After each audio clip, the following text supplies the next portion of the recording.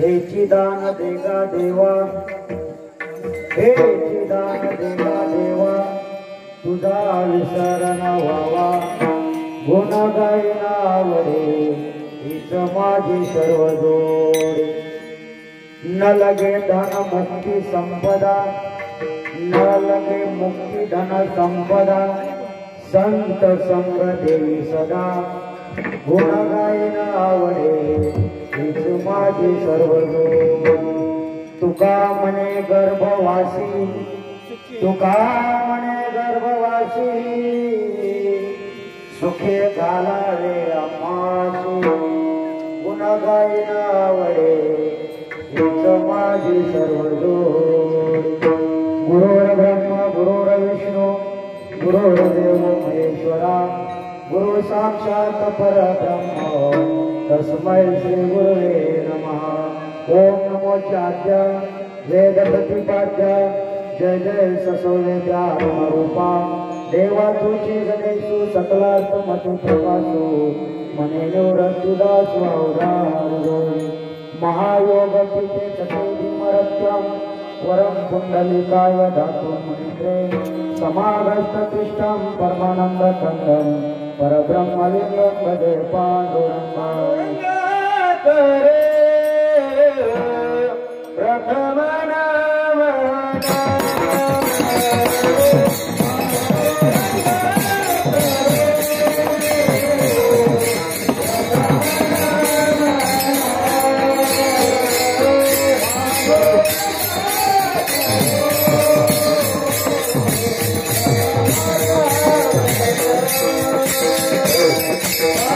Oh,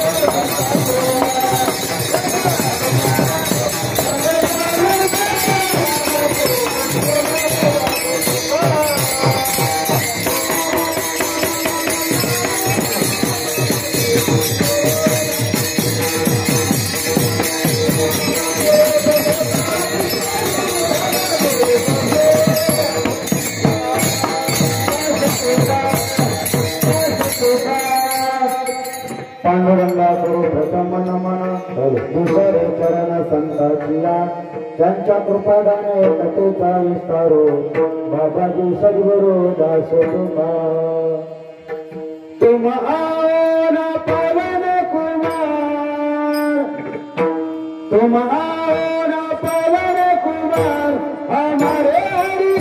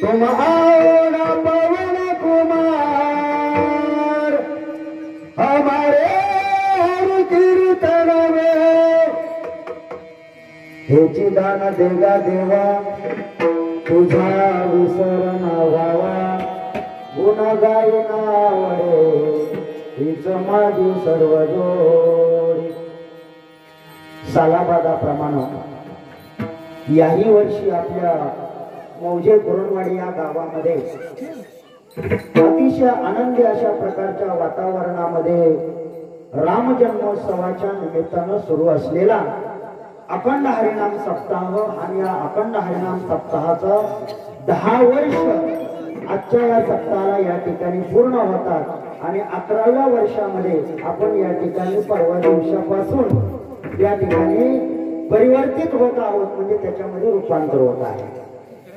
Ram जन्मोत्सवाच्या उत्सवाच्या निमित्तानं सुरू असलेल्या या अखंड हरिनाम सप्ताहामध्ये उपस्थित असलेले सर्व ग्रामस्थ टाळकरी मृदंगवादक तुम्ही सर्व श्रोतेगण या ठिकाणी उपस्थित आहात सर्वप्रथम तुम्हा सर्वांना या ठिकाणी धन्यवाद देतो आणि मजपा मराशी काय थोरपण पायाची आवाहन पायभरी कीर्तन करण्या इतका तुकाराम महाराजांच्या अभंगावरती कीर्तन करण्या इतका मी मोठा काही महाराज नाही परंतु तुम्हा सर्व संत मंडळींच्या आशीर्वादानं तुम्हा सर्व ग्रामस्थांच्या आशीर्वादानं आणि माझ्या आई वडिलांच्या आशीर्वादानं कृपादृष्टीनं या ठिकाणी मला जे बोलण्याचं महत्भाग्य या ठिकाणी प्राप्त झालं सहजासहजी कुणाला महत्व प्राप्त होत नाही किंवा तो मोठेपणा जगाच्या पाठीवर दुसऱ्या कोणालाच आशीर्वादाशिवाय त्या ठिकाणी प्राप्त होत नाही। त्या पद्धतीनं सर्व ग्रामस्थांचा आशीर्वाद या ठिकाणी असल्या कारणामुळे आज या अखंड हरिनाम सप्ताहामधील 7व्या दिवसाची कीर्तन रूपी सेवा ही आज माझ्या वाड्याला या ठिकाणी आलेली आहे। अभंग तुकाराम महाराजांचा आहे तुकाराम महाराजांच्या गाथ्यातील हा अभंग आहे आणि या अभंगाच्या माध्यमातून संत तुकाराम महाराज भगवंताकडे पंढरीश पांडुरंगाकडे एक मागणी मागतात हेची दान देगा देवा तुझा विसर न व्हावा गुण गायना आवडे हीच माझी सर्व जोड। आता तुकाराम महाराज आहेत जगद्गुरु संत तुकाराम महाराज आहेत वैराग्याचे महान अशा प्रकारचे मूर्तिमंत पुतळे म्हणजे तुकाराम महाराज आहेत ठीक आहे आणि या तुकाराम महाराजांना पांडुरंगाकडे मागावासं वाटलं आता का मागावं असं वाटलं. ज्यावेळेस एखादा कोणीतरी माग म्हणतो त्यावेळेसच मागितलेलं बरं असतं, काय का. ज्यावेळेस कोणीतरी माग म्हणतं त्यावेळेस मागितलेलं बरं असतं. न विचारता कुणी कुणाकडं मागू नये असं तुकाराम महाराजांचं म्हणणं आहे. माझं काही नाही. संत तुकाराम महाराजांचा अभंग आहे आणि या अभंगाच्या माध्यमातून संत तुकाराम महाराज भगवंताकडे मागणी मागतात. नवे नवे मागायचं तरी का, कारण 6 दिवस झालं आपण त्या भगवंताचं नामचिंतन करत आहोत. किती दिवस झाले? 6 दिवस झालं. आज 7वा दिवस आहे. आपण दररोज त्या भगवंताचं नामचिंतन घेतोय, बरोबर आहे नाही. मग नामचिंतन घेतल्यानंतर थोडस वेगळ्या पद्धतीनं बोलतो. आपण 6 दिवस दुसऱ्याच्या शेतामध्ये कामाला जातो. दुसऱ्याच्या शेतामध्ये आपण कामाला जातो. 6 दिवस झाले की 7व्या दिवशी आपल्याकडे काय असतो? बाजार असतो, आहे का नाही. मग त्या बाजार आणण्यासाठी आपल्याला आवश्यकता कशाची असते? कशाची असते? पैशाची आवश्यकता, आहे का नाही. मग काम केलेलं असतं म्हणून आपण मागत असतो. काम न करता आपल्याला कोण देणार बी नाही आणि आपल्याला मागण्याचा अधिकार सुद्धा नाही. तसं 6 दिवस आपण त्या भगवान परमात्म्याचं नामचिंतन करतो. त्यावेळेस न मागता जसा तो शेतकरी म्हणजे मालक, त्या शेताचा मालक आपल्याला तुझे पैसे कामाचे धर म्हणून घरी येतो किंवा आपल्याला बोलावतो. तू माझ्या शेतामध्ये 6 दिवस 7 दिवस काम केलंय, त्या कामाचा मोबदला मला तुला द्यायचा आहे. तुझे किती रोजगार झाला असा जेव्हा तो मालक बोलतो त्यावेळेस आपण त्या मालकाला मागत असतो. मला बाजाराची गरज आहे, बाजार आणायचा आहे, पैशाची गरज आहे, एवढा रोजगार झालाय तेव्हा तुम्ही मला द्या. जसं आपण शेतकरी माणूस मालकाला मागतो त्या पद्धतीनं तुकाराम महाराज भगवंताला म्हणतात, बाबा तुम्हाला मला द्यायचंच आहे ना, दुसरं तिसरं काहीच देऊ नका. मग काय म्हणतात? हे जी तुकाराम महाराज भगवान परमात्म्याला पंढरीच्या पांडुरंगाला मागणी मागतात, पण हे जी दान दे, दुसरं तिसरं कुठलं देऊ नको. आता हे जी म्हणजे कोणतं? जे मी मागतोय तेच दे. आलं का लक्षात? जे मी मागतोय तेच मला दे, दुसरं मला दानाची आवश्यकता नाही असा हा. आणि त्यावेळेस जर तुम्हाला हे दान दिलं तर मी काय करेन? गुण गाईन आवडे. जर तुम्ही मला हे दान दिलं तर मी अखंड अगोदर जसं तुमचं गुणगान गात होतो, जसं तुमचं चिंतन करत होतो, त्या चिंतनामध्ये अखंड कुठल्याही प्रकारचा खंड पडू देणार नाही. हे जी दान देवा देवा तुझा विसर न व्हावा. द्यायचंच आहे ना, तर माझ्या मुखातून तुमच्या नामाचा विसर होऊ देऊ नका. हेच दान मला तुम्ही द्या. तर अजून तुकाराम महाराज भगवान परमात्म्याकडे काय मागतात? न लगे मुक्ती धन संपदा. मला धन नको, संपत्ती नको, समीपता, सलोकता, स्वरूपता आणि सायुज्यता, 4 प्रकारच्या मुक्त्यापैकी कोणतीही मुक्ती मला नको.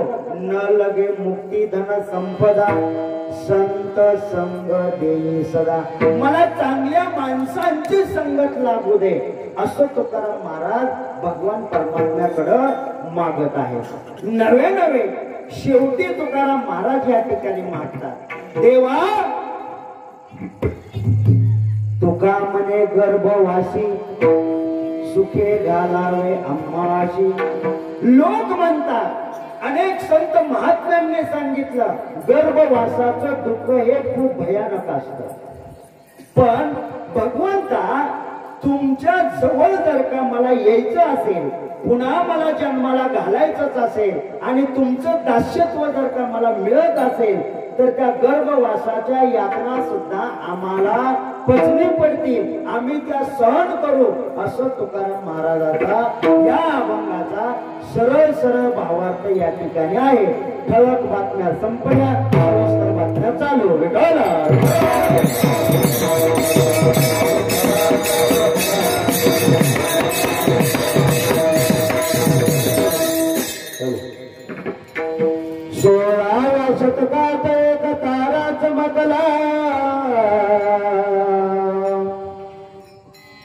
जिजाऊच्या पोटी राजा शोभा जन्मला घडवले स्वराज्य देणे सुखावली प्रजा परस्त्री माते समान मानणारा असा होता आमचा राजा प्रेम रक्ताची आठवण येते आम्हाला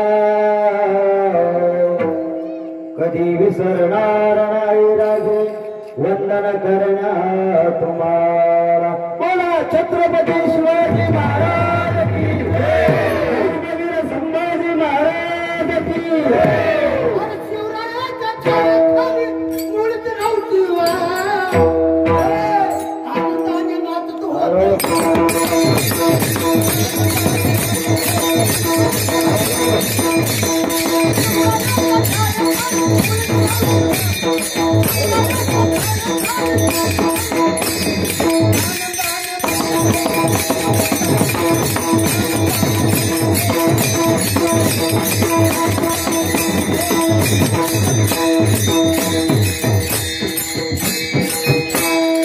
अभंग श्री संत तुकाराम महाराजांचा आहे अभंग तुकाराम महाराजांचा आहे आणि कोण तुकाराम महाराज कोण तुकाराम महाराज ज्यांनी महाराष्ट्रामध्ये स्वराज्याची स्थापना केली स्वराज्याची स्थापना करणारा छत्रपती शिवाजी महाराज हे ज्यांच्या कीर्तनामध्ये समोर बसून कीर्तन ऐकायचे महाराष्ट्राचा जाणता राजा छत्रपती शिवाजी महाराज तुकाराम महाराजांच्या कीर्तनामध्ये समोर बसून कीर्तन ऐकायचे असे देहू निवासी असलेले संत तुकाराम महाराज आणि यांचा हा चार चरणाचा अभंग आणि अभंगाच्या माध्यमातून संत तुकाराम महाराज भगवंताकडे एकच मागणं मागतात मागण्याचा अधिकार पाहिजे मागण्याचा अधिकार पाहिजे मागण्याचे प्रकार आहेत मागणीचे काय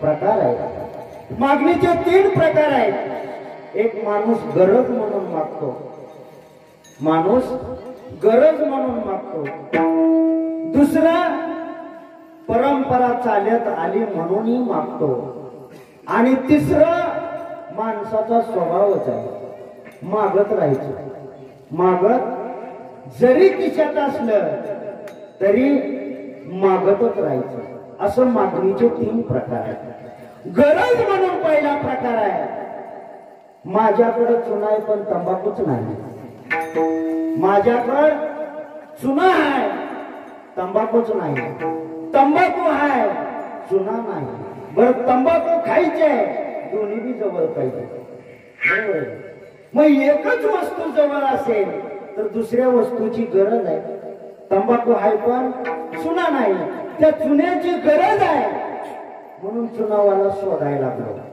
म्हणून चुनावाला शोधायला लागलो कारण चुना लावणारे जगामध्ये भरपूर आहे तसं गरज आहे म्हणून चुन्याच्या शोधात पडलो आता काही परंपरा आहेत मागण्याच्या काही परंपरा असतात कितीही श्रीमंत माणूस असू द्या कितीही श्रीमंत माणूस असू द्या कोट्याधीश असू द्या पण त्याच्या घरी जर का परडी असेल परडी माहिती आहे आपल्याला त्याच्या घरी जर का परडी असेल तर दर अमावस्याला किंवा पौर्णिमेला परडी असणाऱ्याच्या घरी 5 घर तरी जोगवा मागावाच ही पूर्वीपासून आलेली परंपरा असते तसा घरी कोट्याधीश असला तरी परंपरेनं ती परडी आपल्याला हातावरती घेऊन आईचा जोगवा त्या ठिकाणी मागावाच लागतो पण आता त्या जोगवा मागितल्यानंतर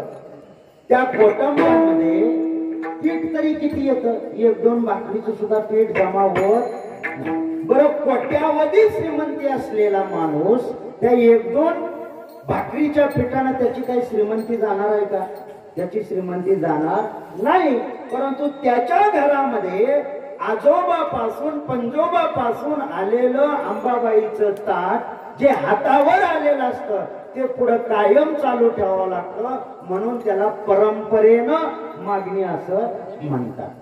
काही जणांचा स्वभावच आहे मागणीचा तिसरा प्रकार.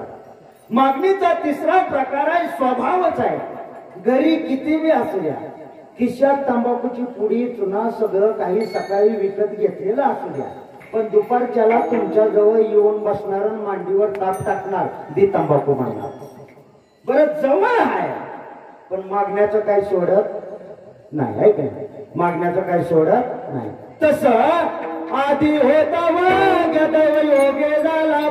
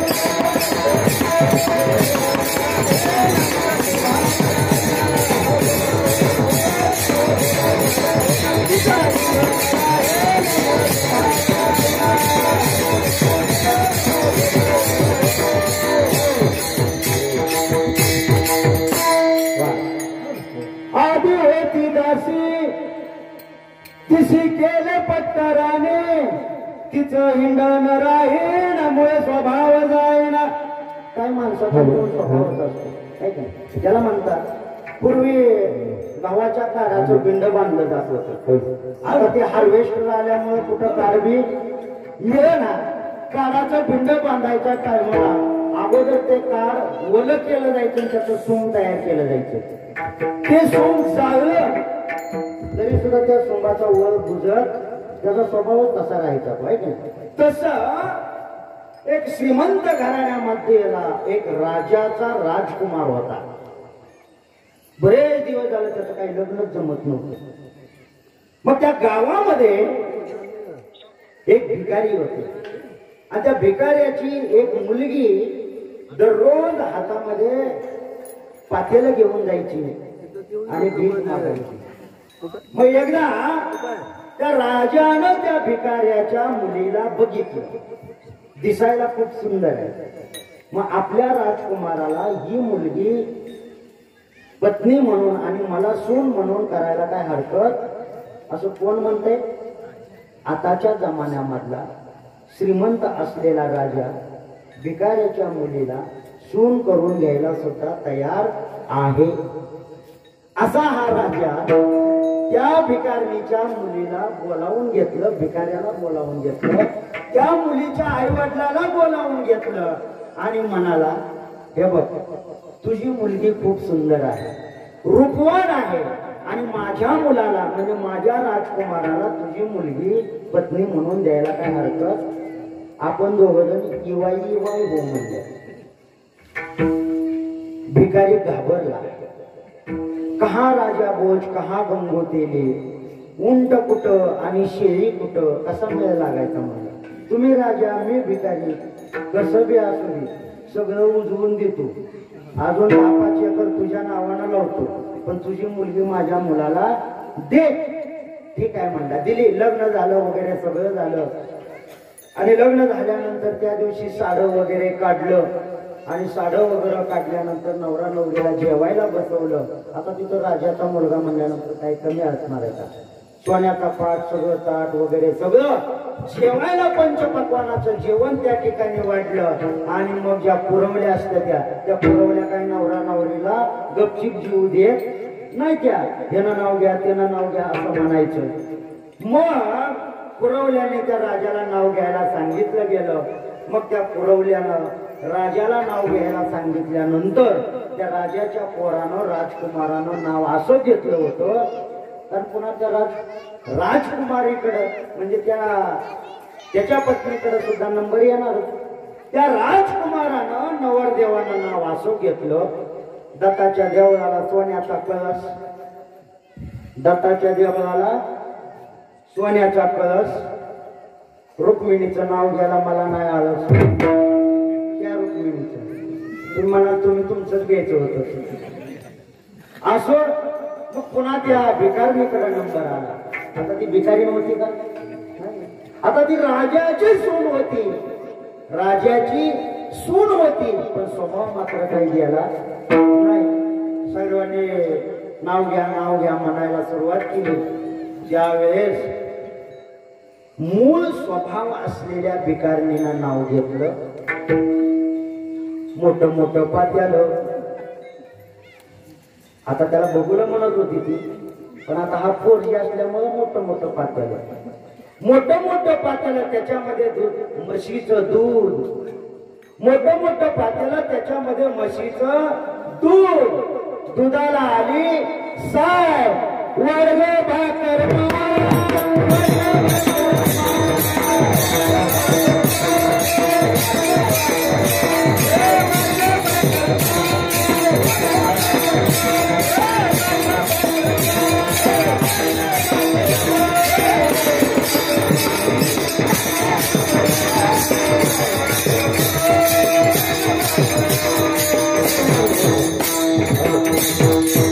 आता राजाची सून झाली होती, पुन्हा वर्ग भाकरमाय म्हणायची काय गरज होती का? पण मूळ स्वभाव हा माणसाचा जात नाही. आणि असा हा मूळ स्वभाव घालवण्यासाठी हे कथा कीर्तन प्रवचन या ठिकाणी असतात.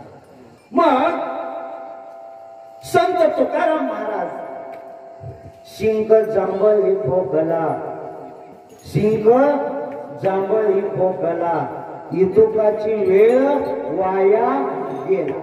संत तुकाराम महाराज त्यांच्या जीवनामध्ये अखंड प्रभू भगवंताचं, पंढरीच्या पांडुरंगाचं नामचिंतन करत होते.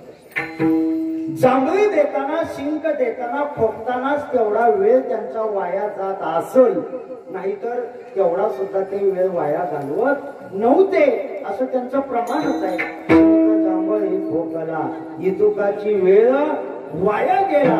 सकाळी प्रातःविधीला जाताना, सकाळी सकाळी शौचाला जाताना सुद्धा संत तुकाराम महाराज अभंग म्हणायचे आणि त्या पंढरीच्या पांडुरंगाचे नामचिंतन करायचे. एके दिवशी सकाळी तुकाराम महाराज शौचाला गेल्यानंतर, रस्त्याच्या बाजूला शौचाला बसल्यानंतर त्यांनी पंढरीच्या पांडुरंगाचा नामचिंतनाचा घोष चालू केला. पंढरीच्या पांडुरंगाचा नामचिंतनाचा घोष चालू केल्यानंतर पहाटेच्या वेळेला त्यांच्या नामचिंतनाचा आवाज काही कर्मठ ब्राह्मणांच्या, कर्मठ लोकांच्या कानावरती आला गेला. त्यावेळेस गावातलेच काही लोक उठले आणि म्हणाले, एवढ्या सकाळी सकाळी रस्त्याच्या कडेला शौचाला बसलेला असताना कोण माणूस पंढरीच्या पांडुरंगाचं नामचिंतन करतोय? काही लोक घरातून बाहेर आले, हातामध्ये काट्या घेतल्या, कारण पंढरीच्या पांडुरंगाचं नाव हे पवित्र असताना अपवित्र अशा जागेवरती का घ्यावं असा त्यांच्या मनामध्ये प्रश्न पडला. म्हणून ते लोक त्या ठिकाणी आले. आल्यानंतर त्यांनी त्या तुकाराम महाराजांना पाहिलं. शौचाला बसलेले असलेले तुकाराम महाराज, त्या तुकाराम महाराजांना तसंच त्यांनी उठवलं, हाताला धरलं, दंडाला धरलं आणि त्यांना त्यांच्या घराकडं वडीत फरफटत आणलं.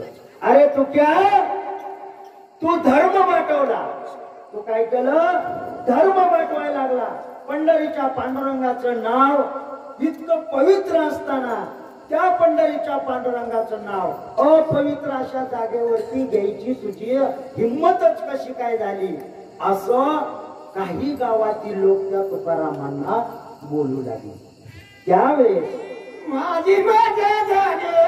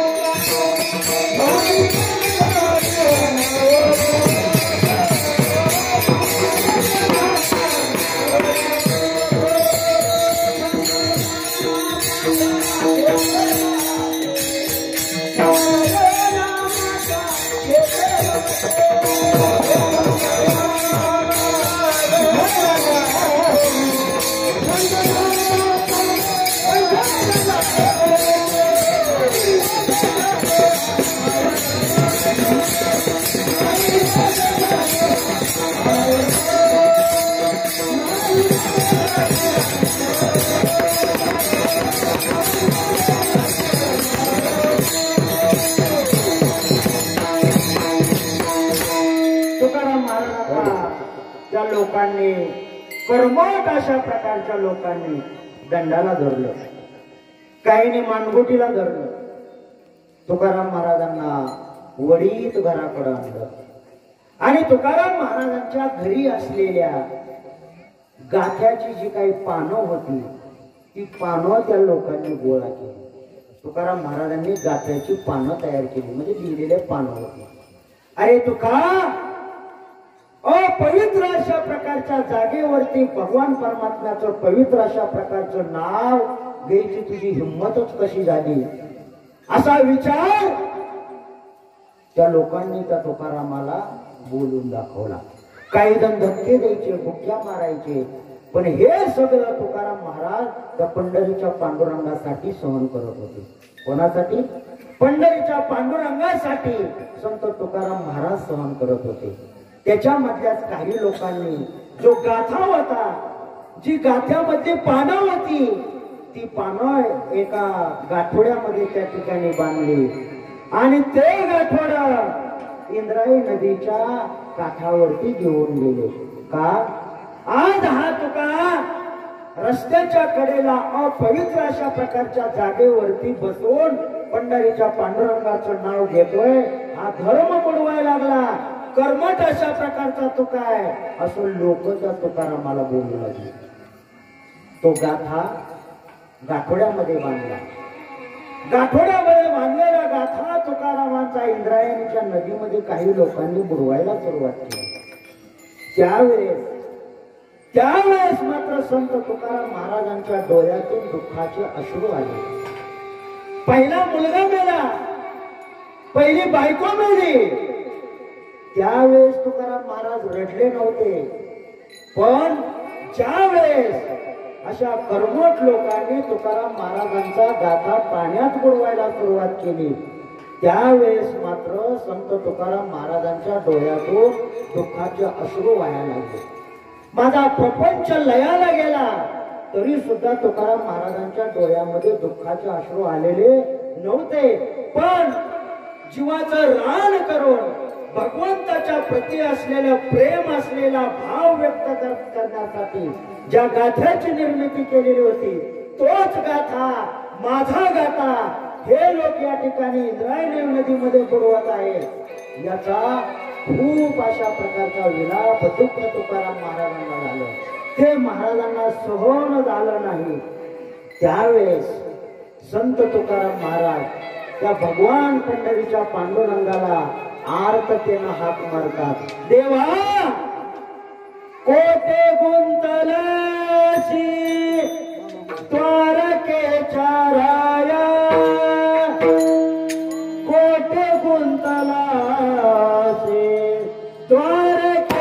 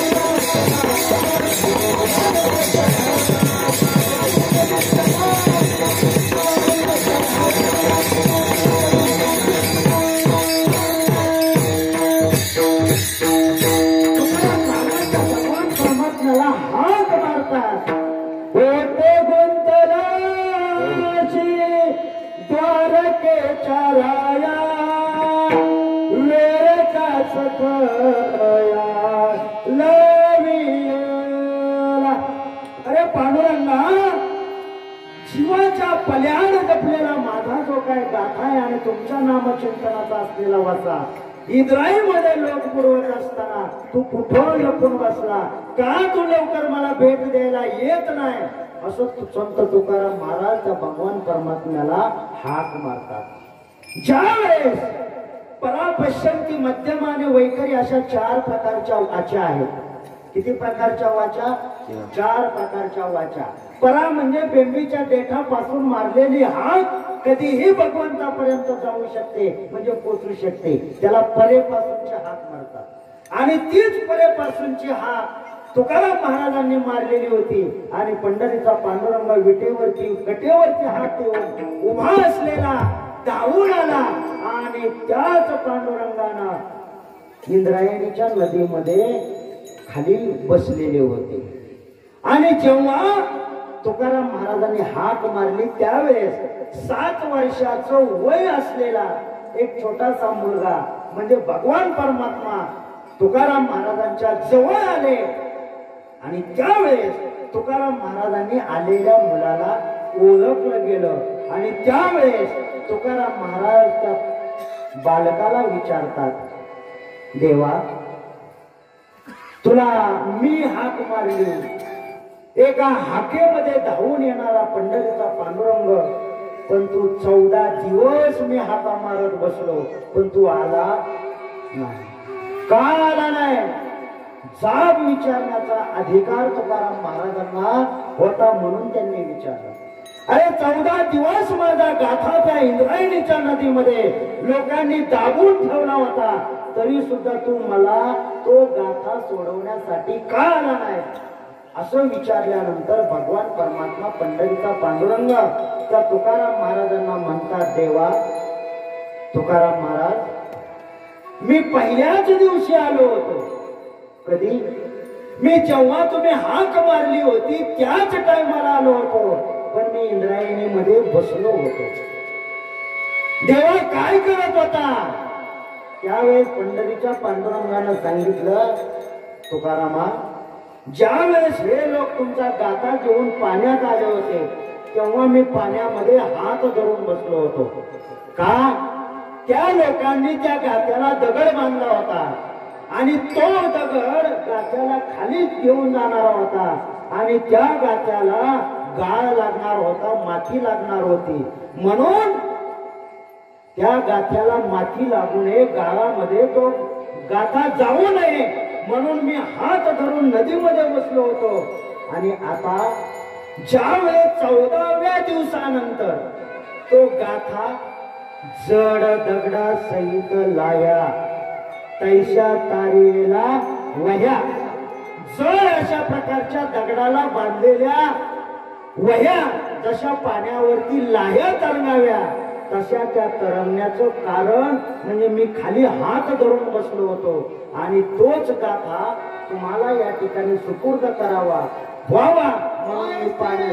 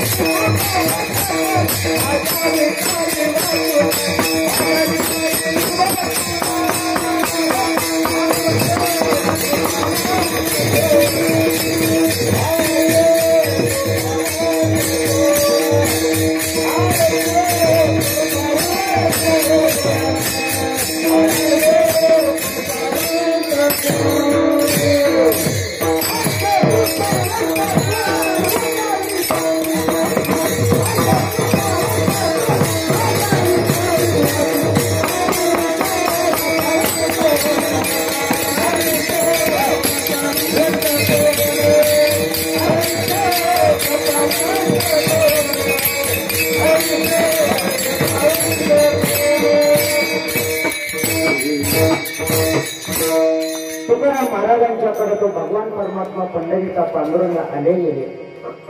आल्यानंतर तुकाराम महाराजांच्या डोळ्यामध्ये अश्रू आले. देवा, माझा गाथा तरण्यासाठी तुम्ही 14 दिवस माझ्यासाठी पाण्यात थांबलाव. देव तुकाराम महाराजांचा गाथा पाण्यात बुडू नये म्हणून 14 दिवस पाण्यामध्ये बुडून राहिले होते आणि हातावरती तो गाथा धरलेला होता. हे ऐकून तुकाराम महाराजांना रडू कोसळलं. आणि त्यावेळेस जेव्हा आषाढी वारी आली, आषाढी वारी आल्यानंतर तुकाराम महाराज पंढरीच्या पांडुरंगाला भेटण्यासाठी गेले. तुकाराम महाराज पंढरीच्या पांडुरंगाला भेटण्यासाठी गेल्याबरोबर तुकाराम महाराजांची आणि पंढरीच्या पांडुरंगाची समोरासमोर नजरेला नजर भेटली गेली. त्यावेळेस तुकाराम महाराज मला भेटण्यासाठी आले हे जेव्हा पांडुरंगांनी पाहिलं गेलं, त्यावेळेस पंढरीच्या पांडुरंगानं आपलं जे नतमस्तक आहे म्हणजे डोकं जे आहे तो थोडस लाजेनं शर्मेनं खाली केलं. का? ज्यावेळेस एखाद्या श्रीमंत माणसाचं पैसे आपल्याकडं जर का कर्ज रूपानं असतील, जर का व्याजानं असतील, ज्याच्याकडे पैसे तो माणूस काय करतो? मान खाली घालून चालत असतो. कारण समोरून आलेला तो कोण आहे? हा माझा सावकार आहे, बरोबर आहे, आणि मी त्याचं कोण आहे? देणकरी आहे. असं त्या पंढरीच्या पांडुरंगाला वाटलं. आता पांडुरंगाला का वाटलं? कारण अख्ख्या या भूतलावरती नामचिंतनाचं कर्ज हे तुकाराम महाराजांचं माझ्यावर आहे. याच्या इतकं नामचिंतन कोणीच केलेलं नाही. त्याच्यामुळं पंढरीच्या पांडुरंगाला वाटलं हे तुकाराम महाराजाचं कर्ज मी काही फेडू शकत नाही. तेव्हा या तुकाराम महाराजांच्या नामचिंतनाच्या कर्जातून, बघा, तुकाराम महाराजांच्या नामचिंतनाच्या कर्जातून मला उतराई व्हायचा आहे म्हणून पंढरीचा पांडुरंग त्या तुकाराम महाराजांना म्हणतात, तुकाराम, तुकाराम, बरेच दिवस झाले तुम्ही माझ्या नामचिंतनाचा वसा घेतलाय. त्याचं कर्ज खूप माझ्या डोक्यावर झालंय. आता ते कर्ज मला कमी करायचं आहे म्हणून तुम्ही काहीतरी मागा, तुम्ही काहीतरी मागा. त्यावेळेस तुकाराम महाराज म्हणतात, देवा, मी इथं मागायला आलो नाही. बरं, मागावं कोणापाशी? मागावं कोणापाशी? ज्याच्याकडे भरपूर आहे त्याला मागावं. ज्याच्याकडे भरपूर आहे त्याला मागावं. बरं, दुसरं, भरपूर आहे पण दानशूरपणा नाही, त्याला बी मागून काय उपयोग नाही. बरं, भरपूर आहे, दानशूर बी आहे, पण द्यायची स्वतंत्रता नाही. सप्त्यात पंगत घालू वाटते, 1001 रुपया देणगी देऊ वाटते. होय ग, सप्त्यात पंगत घालावी म्हणतोय. बजगात द्यायची इच्छा आहे, द्यायचं सामर्थ्य आहे, म्हणजे आपल्याकडे पुष्कळ आहे, दातृत्व बी आहे, पण स्वतंत्रता विचारल्याशिवाय घरातनं पाऊल टाकता येत नाही. अशा माणसाकडे मागून काय उपयोग? तसा पंढरीचा पांडुरंग कसा आहे? पंढरीचा पांडुरंग हा श्रीमंत आहे. आता तो जगाचा बाप आहे म्हणल्यावर त्याला काय करणार? बरं दानशूर बी आहे आणि किती दानशूर आहे, किती श्रीमंत आहे. लक्ष्मी ज्याचे पाय दाबते असा तो पंढरीचा पांडुरंग आहे का. आणि ज्या लक्ष्मीच्या पाठीमाग, ज्या लक्ष्मीच्या शोधामध्ये आपण सर्वजण आहोत, तीच लक्ष्मी पंढरीच्या पांडुरंगाच्या परमात्म्याचं पाय दाबते. मग तो किती श्रीमंत असेल. असा हा पंढरीचा पांडुरंग श्रीमंत आहे, दानशूर आहे आणि द्यायला सुद्धा तो स्वतंत्र आहे. अशाच स्वतंत्र असलेल्या, दानशूर असलेल्या आणि जगाचा बाप असलेल्या अशा या मालकाकडं संत तुकाराम महाराज अभंगाच्या पहिल्या दान दे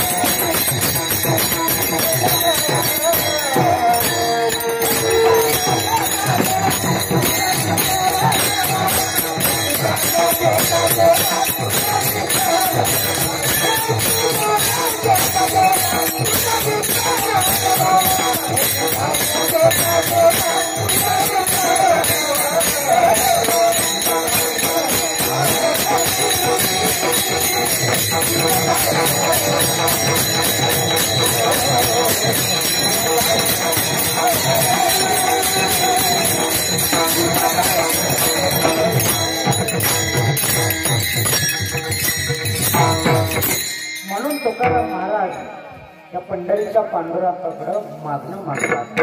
देवा हे जी गाणं दे, हे जी मी मागतोय ते. काय मागावं हे कळतं पाहिजे. आता मागणाऱ्यांची संख्या इतकी झाली, मागणाऱ्यांची संख्या इतकी झाली, देणारा सुद्धा कोण देईन असा झाला.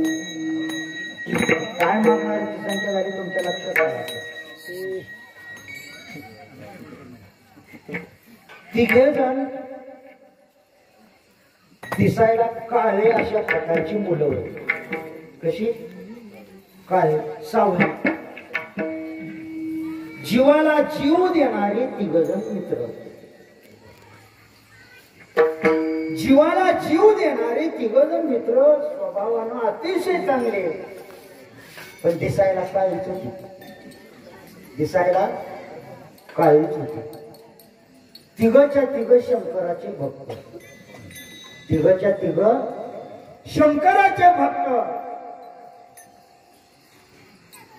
देवात गेले.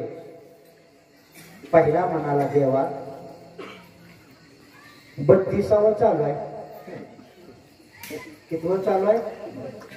32वा चालू आहे. तिसरा डोळा तुमचा उघडतो का नाही?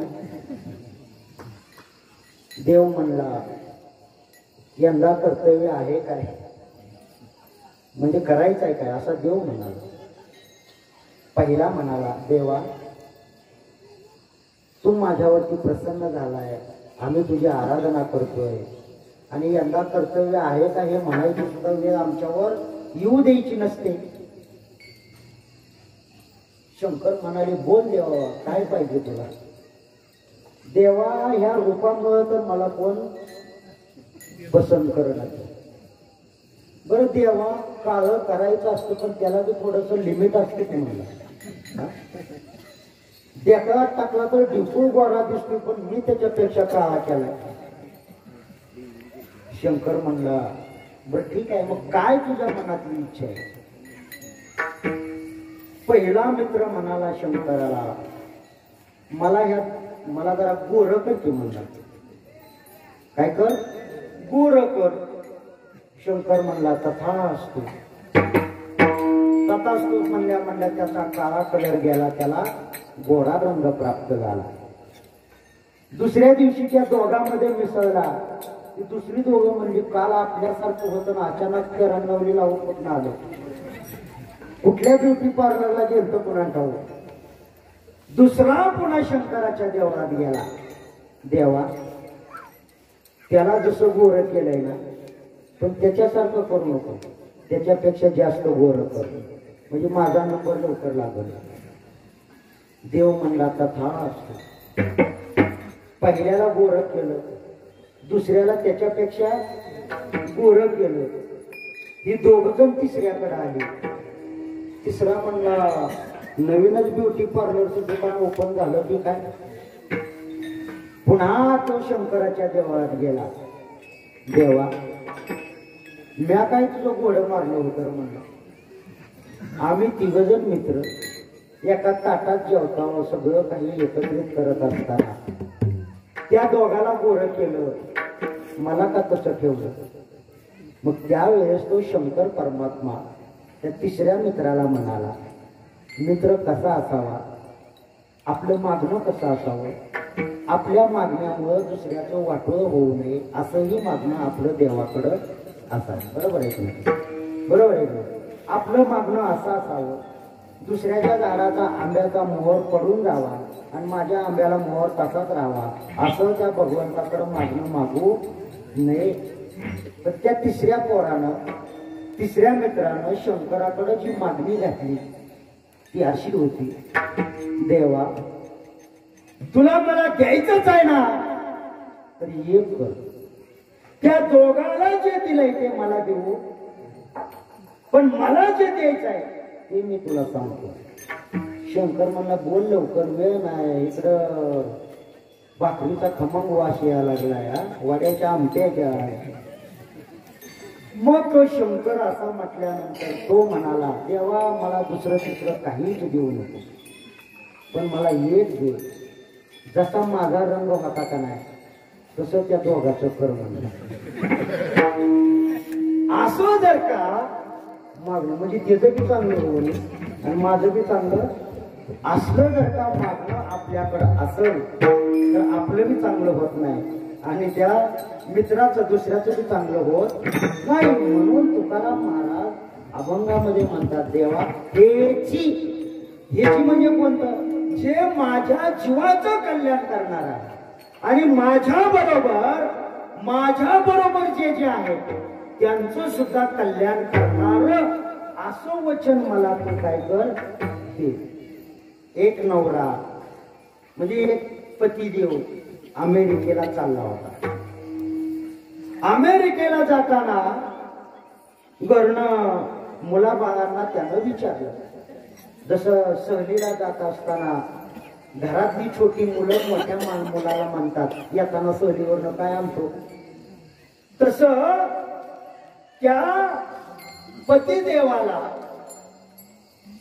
म्हणजे बापाला मुलांनी अमेरिकेवरून काय काय आणायचं त्याची यादी केली. त्यावेळेस त्यानं यादी लिहून घेतली आणि खिशामध्ये ठेवली. आता शेवटी पत्नीला विचारलं, तुला अमेरिकेवरून येताना काय आणलं. आता आपल्यासारखी असते तर तिनं काय काय काय काय बरीच यादी केली असते, ऐक. त्या मुलाच्या आईनं सांगितलं मला अमेरिकेवरनं पैठण साडी आण, पैठणी शालू आण वगैरे वगैरे सांगितलं. पण पत्नीनं काय केलं माहिती आहे का, एक कागद घेतला आणि कागदावर एक मोठा आकडा काढला. एक काढलं मराठीतलं, एक काय काढलं मराठीतलं एक काढलं आणि ती चिठी त्याला दिली. त्यानं चिठी बघितली, चिठीवर आकडा एकच लिहिलाय. नेमकं काय साडी बी नाही, कायच नाही, काय नाही काय नाही, कसं काय. ते काय म्हणलं असू द्या, अमेरिकेला गेला.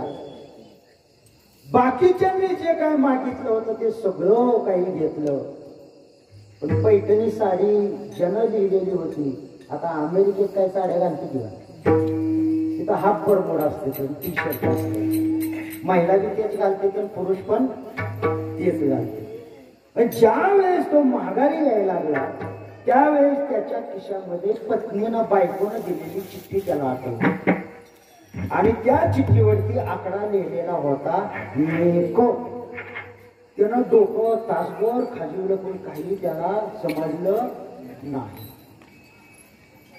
विमानात बसला घरी आला, सगळं काही आणलेलं मुलाबाळाला वाटलं, सगळ्याला वाटलं आणि बायकोला म्हणाला ही तुझी चिठ्ठी. ह्याच्यातलं काय मला कळालं, मास्टर असून बी कळालं नाही. मग त्यावेळेस त्यानं आपल्या बायकोला विचारलं, जे कागदावर लिहिलेलं होतं, एक आकडा लिहिलेला होता, नेमका ह्याचा अर्थ काय होता. मग तिनं त्या नवऱ्याला सांगितलं. तुकाराम महाराजांनी पहिला जो शब्द वापरलाय त्या शब्दासाठीचे हे उदाहरण आहे. तुम्ही म्हणताल उगाच तिसरं सांगायला लागला. त्यावेळेस त्या बायकोनं नवऱ्याला सांगितलं, अमेरिकेची संस्कृती मला माहिती आहे. आडाणी जरी असली, कमी शिकलेली जरी असली तरी अमेरिकेची संस्कृती मला माहिती आहे. जशी महाराष्ट्राची आपल्या भारताची संस्कृती आहे तशी दुसऱ्या कुठल्याच देशाची नाही. तिथं कसं आहे, 1-2 वर्ष लग्नाचा करार केला जातो, 2 वर्ष 3 वर्ष 5 वर्ष लग्नाचा करार केला जातो. 1 वर्षामध्ये जेवढी मुलं होतील तेवढी त्या नवऱ्याकडे सोडली जातात आणि बायको पुन्हा ती मुलगी पुन्हा दुसऱ्याकडं लग्न करण्यासाठी तयार होऊ शकते. असा त्या अमेरिकेचा नियमच आहे, असा त्या अमेरिकेचा नियम आहे. म्हणून मी त्या कागदावर एक आकडा लिहिला. येताना एखादं शिंगरू आणू नये, तुम्हीच एकटं म्हणून एक हा आकडा या ठिकाणी लिहिलेला आहे. मला दुसरं तिसरं काहीच नको, मला फक्त तुम्हीच, मला फक्त काय पाहिजे, तुम्हीच. म्हणून एकच, फक्त तुम्हीच येताना अमेरिकेवरनं एकटं या. हे जसं पत्नीनं सांगितलं आपल्या नवऱ्याला, ज्याच्यावरती अधिकार होता, तसं पंढरीच्या पांडुरंगाला तुकाराम महाराज सुद्धा म्हणतात, हेच, दुसरं तिसरं काही नको, एकच. काय, एक गाऊ आम्ही विठोबाचे नाम, अनेकाचे काम एकच. म्हणून एकच नाम त्या भगवान परमात्म्याचं आमच्या मुखामध्ये सतत येऊ दे. बरं, तुकाराम महाराज पुन्हा म्हणतात, हेची दान देगा देवा, तुझा विसर न व्हावा. आहे का, विसर न व्हावा म्हणतात. आता पुढून सांगायचं काय हरकत नाही, आहे ना, आम्हाला सवयच आहे. विसर न व्हावा. बरं, माणूस विसरतो केव्हा, जेव्हा पहिलं आठवलेलं असतं तेव्हा विसरतो ना, बरोबर आहे. एखादी वस्तू हरवते केव्हा, जेव्हा ती आपल्याकडं असते तेव्हा ती हरवते. बरं, माणूस विसरतो केव्हा, जेव्हा ते नाम अगोदर घेतलेलं असतं तेव्हा ते नाम अखंड माझ्या मुखात राहू दे, आता ते विसरू देऊ नको. म्हणून तुकाराम महाराज म्हणतात, हेची दान देगा देवा, तुझा विसर न व्हावा. द्यायचं असेल तर हेच दे. बरं, दिल्यावर काय होईल, मग द्यायचं कोणतं, गुण गायी न आवडे, गुण गायी न आवडे, गुण गायी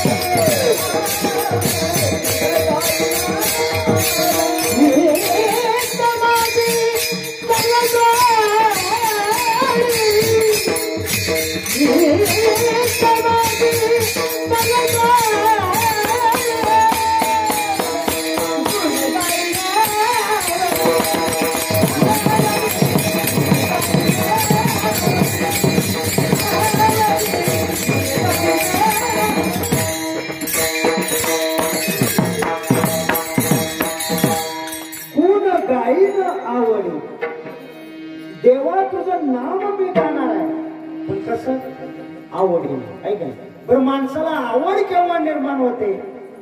जेव्हा त्याची मूर्ती आपल्या हृदयामध्ये ठसल तेव्हा मनुष्य आपल्याला आवडतो आहे का नाही? तसं त्या भगवान परमात्म्याची मूर्ती जर आपल्या हृदय कमळाच्या ठिकाणी आवडली तरच आपल्याला काय होतं, त्याचं नाव आपल्याला घेऊ वाटतं.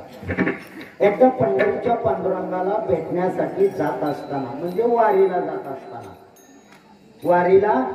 जात असताना मराठवाड्यामधल्या बायका, कुठल्या म्हणतोय मी? मराठवाड्याकडच्या. मराठवाड्याकडल्या बायका त्या भगवान परमात्म्याचं नाव वेगवेगळ्या पद्धतीनं घेत होत्या.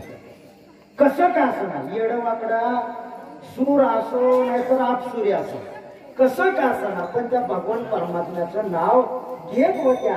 आणि आम्ही ओळीनं उभा राहिल्यानंतर त्यांच्या गाण्याचा आवाज त्या भगवान परमात्म्याला विवळण्याचा, आवळण्याचा, म्हणजे जवळच करण्याचा त्यांचा जो प्रयत्न होता तो असा होता. त्या गाण्यामधून, त्या सुरामध्ये त्या मराठवाड्यातल्या बायका असं म्हणत होत्या, पंढरीच्या लोका किती मारू हाका,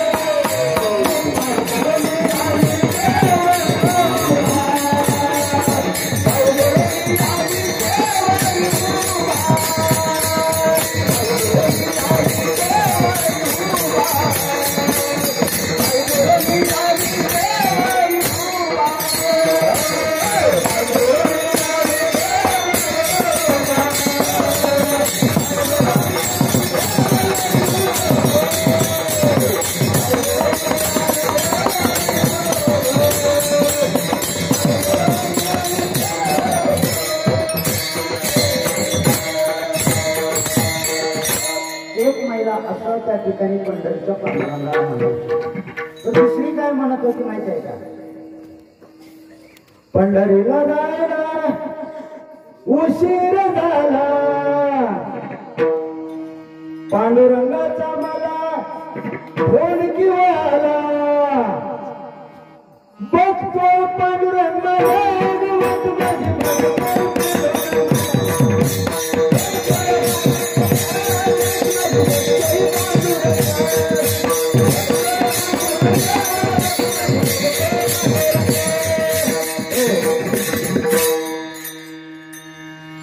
कुणी कोणत्याही रूपामध्ये ज्याला जसं जमल तसं तो काय करत होता, पंढरीच्या पांडुरंगाची हाक मारत होता, स्तुती करत होता, ज्याला जमल तशा भाषेमध्ये.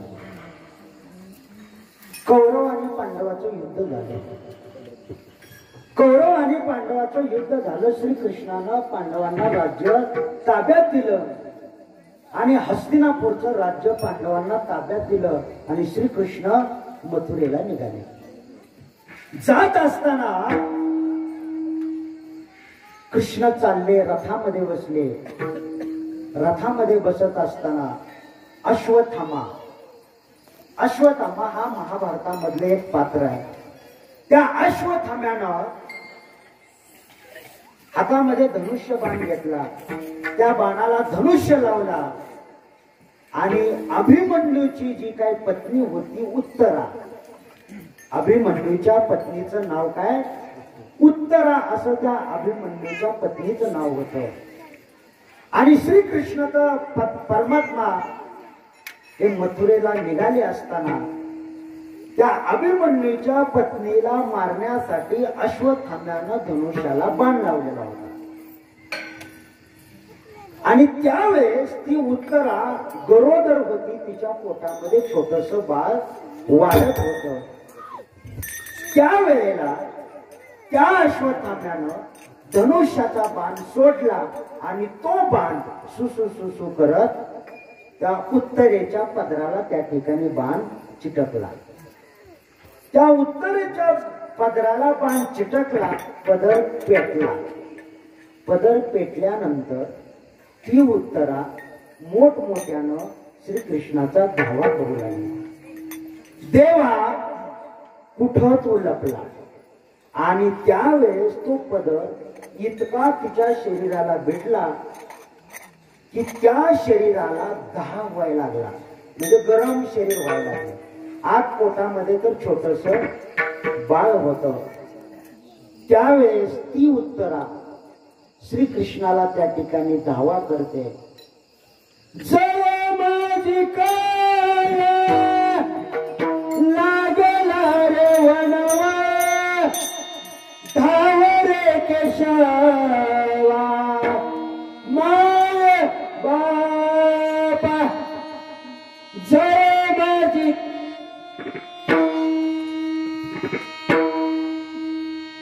ज्ञानेश्वर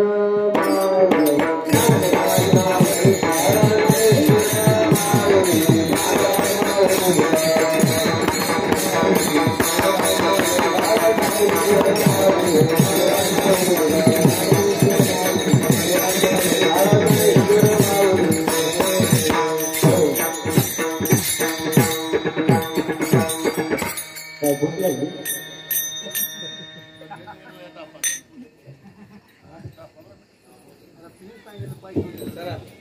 चला चला चला कशाला नाव टाकत असतो आपण? शेवटचा दिवस आहे. उद्या काय तुम्हाला 10 वाजता उठलं तरी चालते. रविवार बी आहे, उद्या सुट्टी बी आहे. त्याला दाह लागला, वनवा लागायला लागला. त्यावेळेस ती उत्तरा माता त्या श्रीकृष्णाचा धावा केला. तो श्रीकृष्ण धावत तिथं आला आणि त्या उत्तरा मातेला बोलू लागला. उत्तरा, नेमकं काय झालं? डोळ्यानं दिसत असताना श्रीकृष्णा तुला सांगायची काय गरज आहे का? डोळ्यानं दिसत असताना तुला सांगायची काय गरज आहे का? माझ्या शरीराला अग्नी लागला आणि तू मला विचारते काय झालं? त्यावेळेस उत्तरेनं श्रीकृष्णाला सांगितलं, माझ्या पोटामध्ये छोटस बाळ वाढते. मी मेले तरी चालेल, पण माझ्या पोटामधलं बाळ मला मरू द्यायचं नाही. त्यावेळेस श्रीकृष्ण म्हणाले, काही करू नये. श्रीकृष्णानं अंश रूपानं त्या उत्तरा मातेच्या गर्भामध्ये प्रवेश केला आणि त्या उत्तरा मातेचा जीव, आतमधल्या गर्भाचा जीव त्या ठिकाणी श्रीकृष्णानं वाचवला. श्रीकृष्ण त्या उत्तरा मातेच्या गर्भातल्या मुलाचा जीव वाचवून मथुरेला चालले असताना कुंती माता त्या ठिकाणी आडवी आली. कुंती माता त्या श्रीकृष्णाला बोलू लागली, कृष्णा, जोपर्यंत तो द्वारकेत म्हणजे इथं होता, आमच्यामध्ये होता, त्यावेळेस आम्हाला कधीही दुःख वाटलं नाही. मग आता तो आम्हाला सोडून चालला, नेमकं जाण्याचं कारण तरी काय?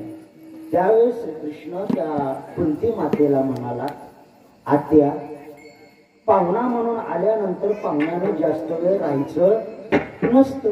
आता तुमचं सगळं व्यवस्थित झालंय, तेव्हा मला बाकीच्या सुद्धा गोष्टी करायच्या आहेत असं म्हटल्याबरोबर कुंती त्या श्रीकृष्णाला म्हणायला लागली, देवा आता तू आम्हाला सोडून जाऊ नको. जोपर्यंत आम्हाला सुखाची प्राप्ती होती, जोपर्यंत तू आमच्या जवळ होता, त्यावेळेस मी तुमच्याकडेच बघून इथं आम्ही सर्व प्राणी मात्र या ठिकाणी जीवन जगत होतो. तेव्हा तू आमच्या बरोबर सदैव राहावा हेच आमचं या ठिकाणी मागणं आहे. तेव्हा तू आम्हाला सोडून जाऊ नको. जर तू गेला तर तू दुःखच आम्हाला देऊन जा. सुखामध्ये तुझा आठव काय आम्हाला होणार नाही. म्हणून तू आम्हाला दुःखच दे.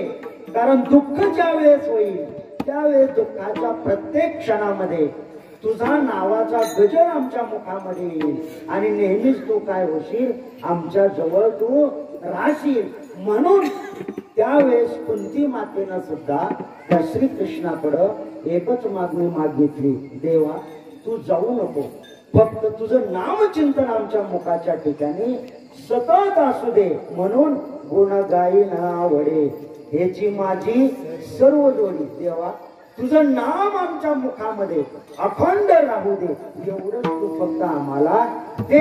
अशा प्रकारची मागणी या ठिकाणी अभंगाच्या माध्यमातून संत तुकाराम महाराज करतात. आता सर्वांनी एकदा हात वर करा. ज्याला ज्याला दोन हात आहेत, ज्याला ज्याला दोन कान आहेत आणि ज्याला ज्याला तोंड आहे, त्यांनी सर्वांनी हात वरती करायचे आणि सर्वांनी माझ्या पाठीमागं भजन म्हणायचं.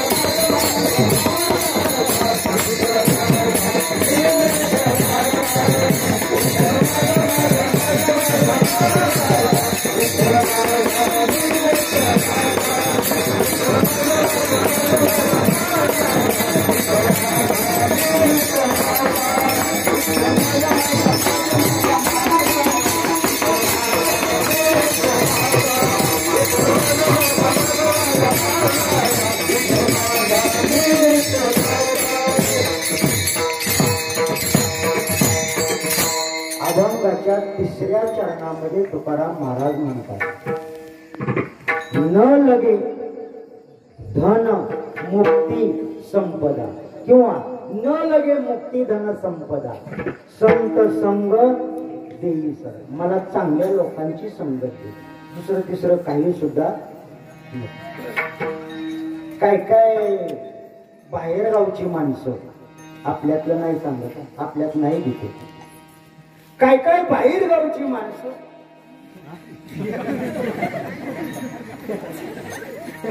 बाहेर ज्या वेळेस जेवायला जातात धाब्यावर विशेषतः, त्यावेळेस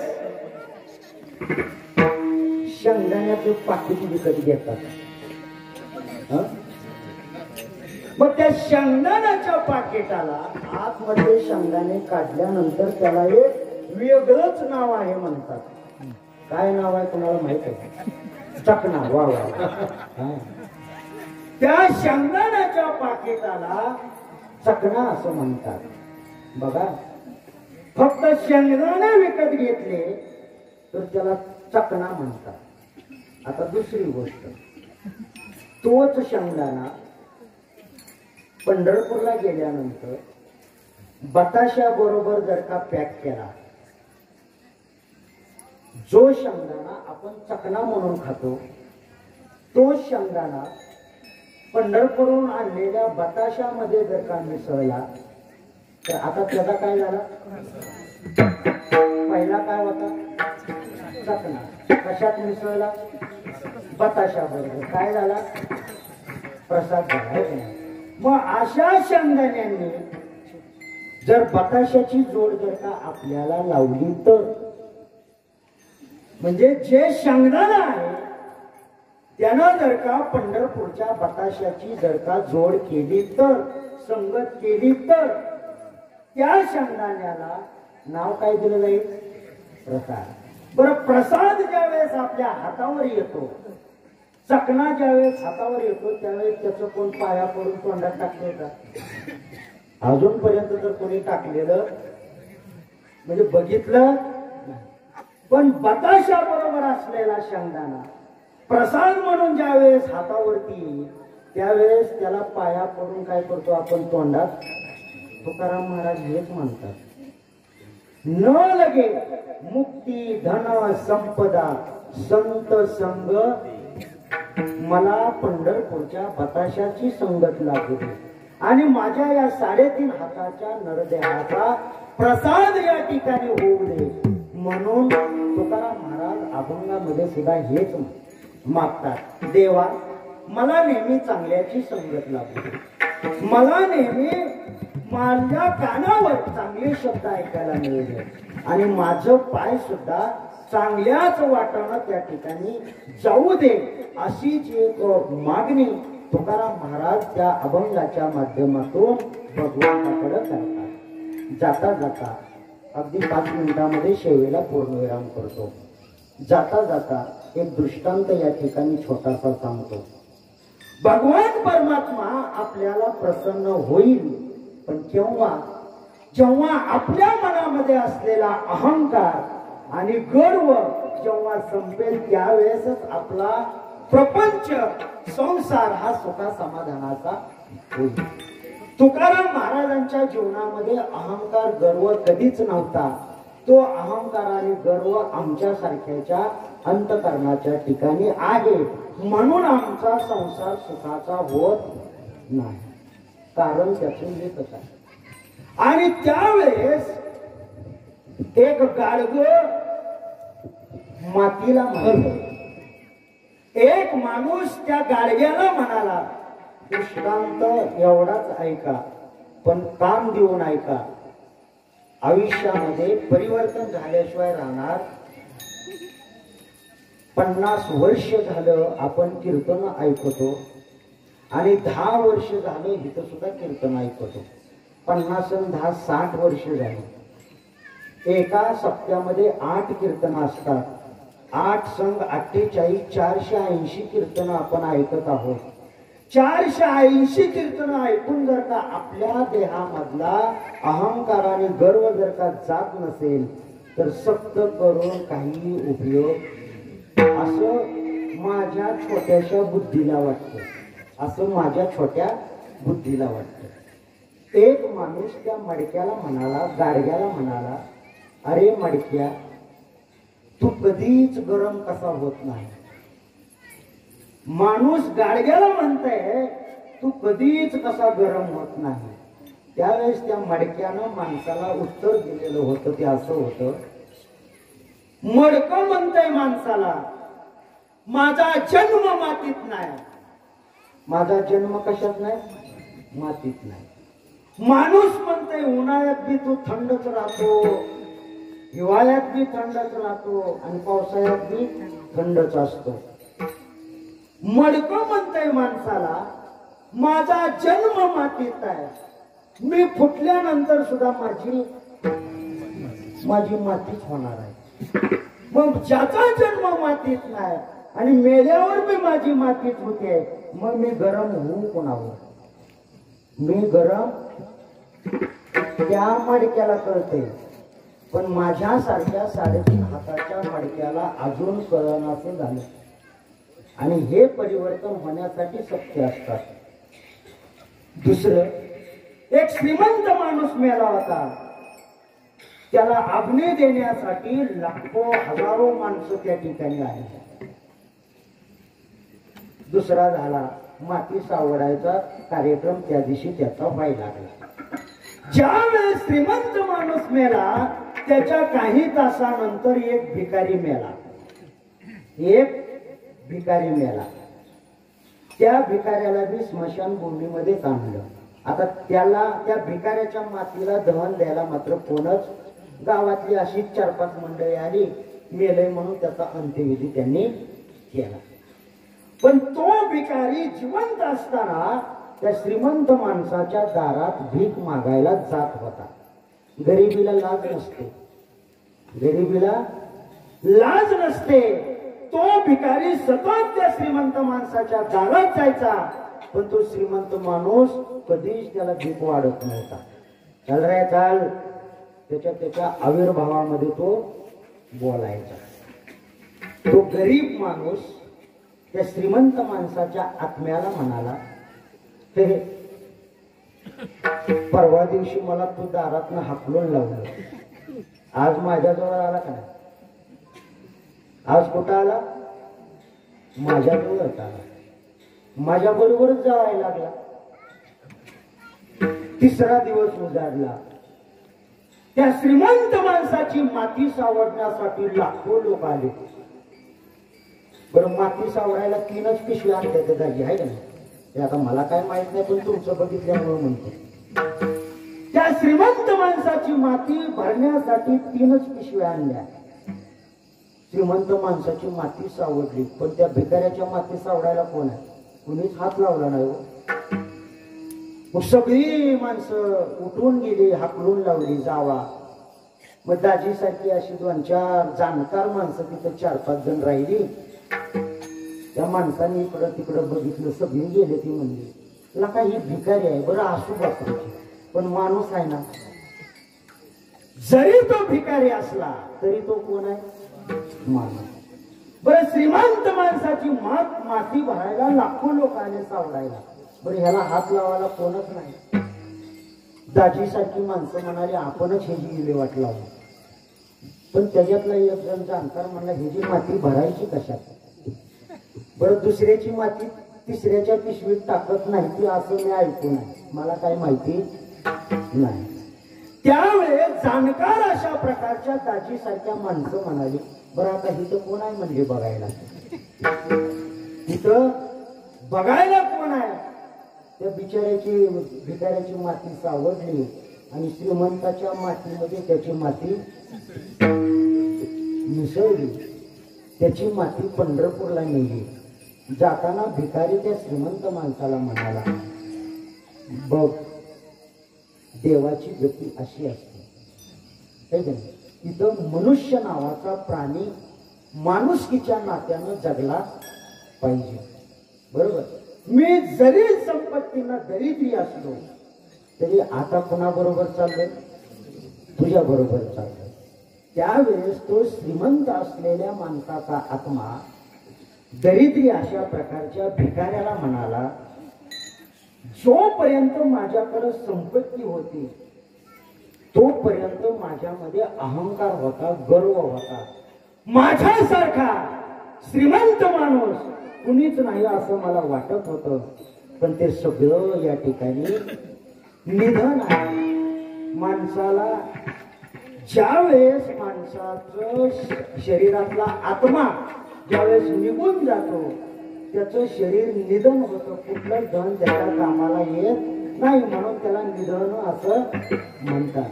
तो श्रीमंत माणसाला मेल्यानंतर त्याच्या आत्म्याला पश्चाताप झाला, खरोखरच माझं चुकलं म्हणाला.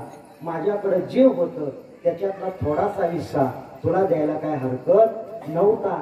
हे मेल्यानंतर कळण्यापेक्षा मरायच्या अगोदर जर का कळालं तर खऱ्या अर्थानं मनुष्य जीवनामध्ये आपण आल्यानंतर आपल्या जीवनाचा अर्थ आपल्याला या ठिकाणी समजला असं मला या ठिकाणी वाटतं. झालेली सेवा तुम्हा सर्व श्रोते मंडळींच्या चरणी या ठिकाणी अर्पण करतो. उत्कृष्ट अशा प्रकारचं मृदंग वादक आपल्या सर्वांचे लाडके अशा प्रकारचे मृदंग वादक तुकाराम डोंगरे महाराज आहेत. त्याचबरोबर सुशील महाराज आहेत आणि आपल्या कानावरती ज्यांचा आवाज जर का नाही पडला तर सप्ताचा अपुरा वाटतो असे जनार्दन वनसळ महाराज या ठिकाणी आहेत. या सर्वांना या ठिकाणी कोटी कोटी धन्यवाद देतो. आपल्याच गावामधल्या चौकदारांनी या ठिकाणी सुंदर अशा प्रकारची साथ संगत पाठीमागं या ठिकाणी दंडुका देऊन उभा राहिले त्यांनाही या ठिकाणी कोटी कोटी धन्यवाद देतो. आणि झालेली सेवा पुन्हा मागे पुढे उभा राहे सांभाळायचं.